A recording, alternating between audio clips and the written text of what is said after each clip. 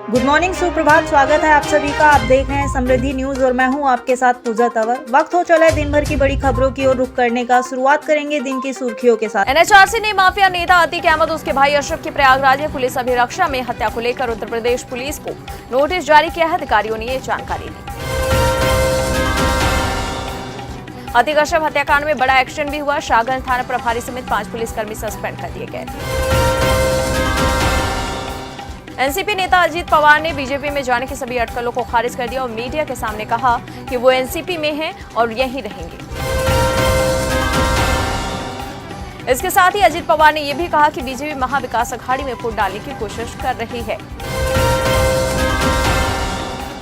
TMC नेता मुकुल रॉय फिर BJP में शामिल हो सकते हैं। सूत्रों की माने तो दिल्ली में बीजेपी के एक महासचिव से फोन पर बातचीत हुई। उन्होंने बीजेपी के लिए काम करने की इच्छा जताई।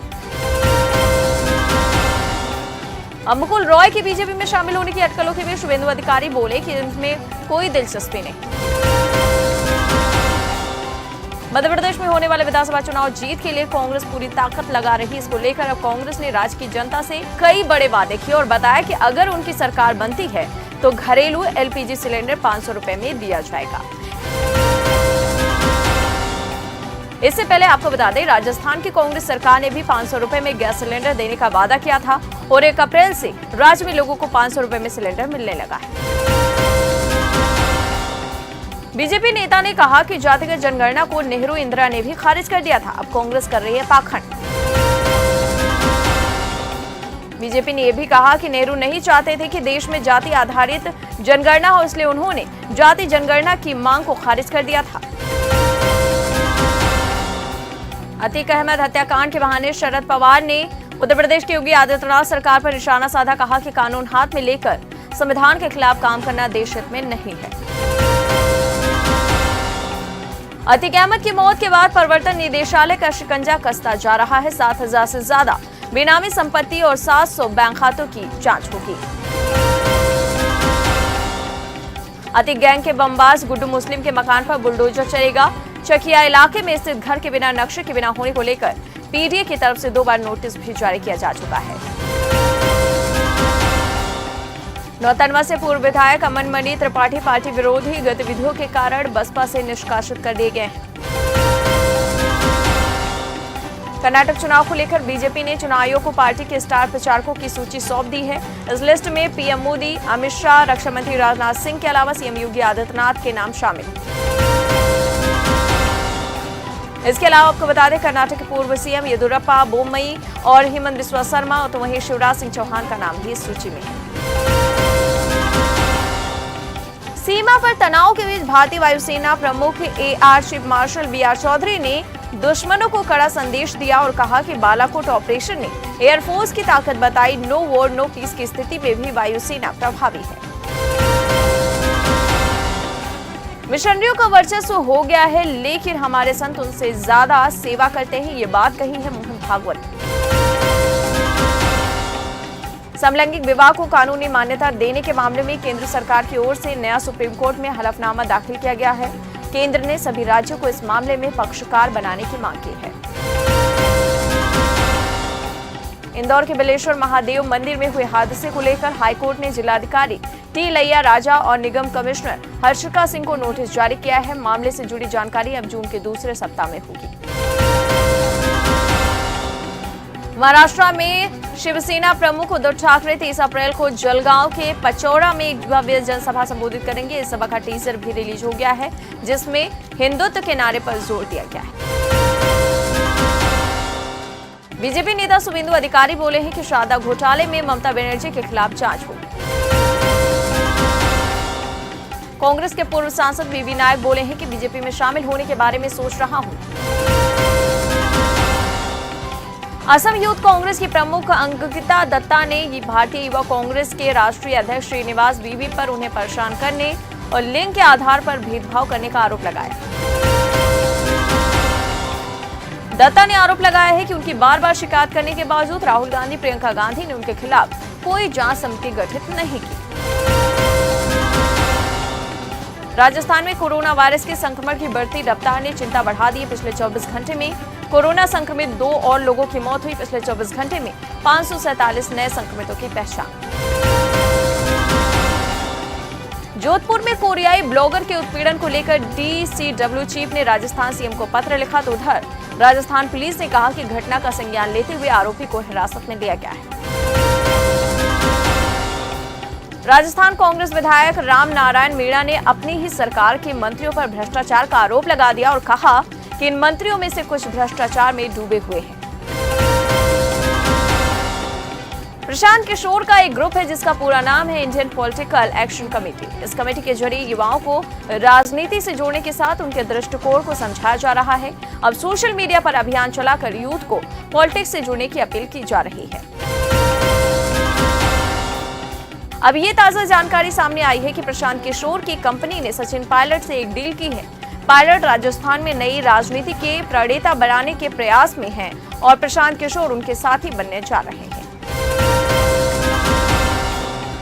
राजस्थान में कांग्रेस की ओर से 1-to-1 फीडबैक मीटिंग की जा रही है, जिसे लेकर पार्टी ने एक 13 सवाल की प्रश्नावली विधायकों को दी। इस पर अब बीजेपी ने तंज कसा है।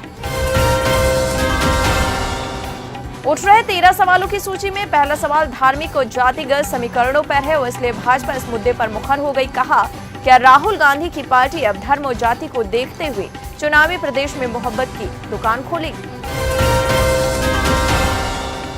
विश्वविख्यात गायिका आशा भोसले को लता दीनानाथ मंगेशकर पुरस्कार से नवाजा जाएगा। दूसरी ओर पाकिस्तान की एक आतंकवाद रोधी अदालत ने ईश निंदा के मामले में एक चीनी नागरिक को 14 दिन के न्यायिक हिरासत में भेजने का फैसला सुनाया। हिंसा से प्रभावित सूडान में भारत सरकार अपने नागरिकों की सुरक्षा सुनिश्चित करने के लिए कई देशों के साथ गंभीरता के साथ समन्वय कर रहा है। सऊदी अरब और यूएई ने मामले में मदद की बात कही है। कांग्रेस के वरिष्ठ नेता सिद्धारमैया ने कई ट्वीट्स कर भारत सरकार को मामले में हस्तक्षेप करने की मांग की थी ताकि फंसे हुए लोगों को भारत लाया जा सके। अब इस पर जयशंकर ने पलटवार करते हुए कहा था कि आपके ट्वीट से स्तब्ध हूं, लोगों का जीवन दांव पर है, इसलिए राजनीति मत कीजिए। अब इस पूरे विवाद के बीच कांग्रेस नेता जयराम रमेश ने विदेश मंत्री एस जयशंकर की निंदा की। उनका कहना है कि एक ऐसे व्यक्ति से इस स्तर की नीचता को मैं बहुत अच्छी तरह से जानता हूं। अंडरवर्ल्ड डॉन छोटा राजन का फाइनेंस हैंडलर संतोष सावंत को मुंबई डिपोर्ट किया गया है। सीबीआई के बाद मुंबई क्राइम ब्रांच लेगी कस्टडी। महाराष्ट्र में अब तक लू और हीट स्ट्रोक से 14 से ज्यादा लोगों की मौत हो चुकी है। वहीं अब बीएमसी ने गाइडलाइन जारी कर दी है, कई बातें कही है, साथ ही कहा है कि हमेशा ध्यान रखें कि हीट स्ट्रोक जानलेवा हो सकता है, इसके लिए तत्काल अस्पताल में भर्ती होने की आवश्यकता। हरियाणा सरकार को हाईकोर्ट से झटका लगा। मनसा देवी मंदिर के पास मीट बैन के आदेश पर रोक लगा दी गई। पिछले कुछ महीनों में जर्मनी के रास्ते समुद्री मार्ग से पाकिस्तान ने गोला बारूद से भरे कम से कम 170 कंटेनर यूक्रेन भेजे हैं। सूत्रों का कहना है कि इस ट्रांसफर में नोडल अथॉरिटी ब्रिटेन का रक्षा मंत्रालय है। आर्थिक संकट से जूझ रहे पाकिस्तान को बीते महीनों में रूस से गेहूं की बड़ी खेप मिल चुकी है, लेकिन जंग में वो पुतिन के दुश्मन के साथ खड़ा है, जिसका दोहरा रवैया सामने आ रहा है। रूसी राष्ट्रपति पुतिन के अचानक यूक्रेन में युद्ध के मोर्चे पर पहुंचने से हलचल बढ़ गई है। पुतिन के साथ रूस के परमाणु हथियारों को नियंत्रित करने वाला ब्रीफकेस भी दिखाई दिया। यही नहीं, इसी दौरान रूस ने अचानक से जापान के पास समुद्र में युद्धाभ्यास भी शुरू कर दिया है। अब हिंद महासागर पर खराब हुई चीन की निगाह सर्वे के लिए भेजी गई स्पाइसशिप चीन अपनी विस्तारवादी नीति के बदलने के मूड में नहीं दिखाई दे रहा। यही वजह है कि वो अपने पड़ोसी देशों की जमीनों, उनकी समुद्री सीमाओं का लगातार उल्लंघन कर रहा है। दिल्ली में डरा रहे हैं कोरोना के आंकड़े। बीते 24 घंटे में 1000 से ज्यादा मामले सामने आए। आपको बता दें, संक्रमण दर 26.54% रही। अगर आप अगली बार ओला, उबर जैसे ऐप बेस्ड कंपनियों की कैब बुक करें तो आपके मोबाइल की बैटरी फुल करके ही घर से निकले। ऐसा न करने पर आपको 10% तक ज्यादा किराया चुकाना पड़ सकता है, इसलिए सावधान रहें। उत्तर प्रदेश के गाजीपुर में भीषण गर्मी और लू के चलते 21 अप्रैल तक सभी स्कूलों में कक्षा 1 से 8 तक के कक्षाओं को संचालित नहीं करने का आदेश पारित हुआ है।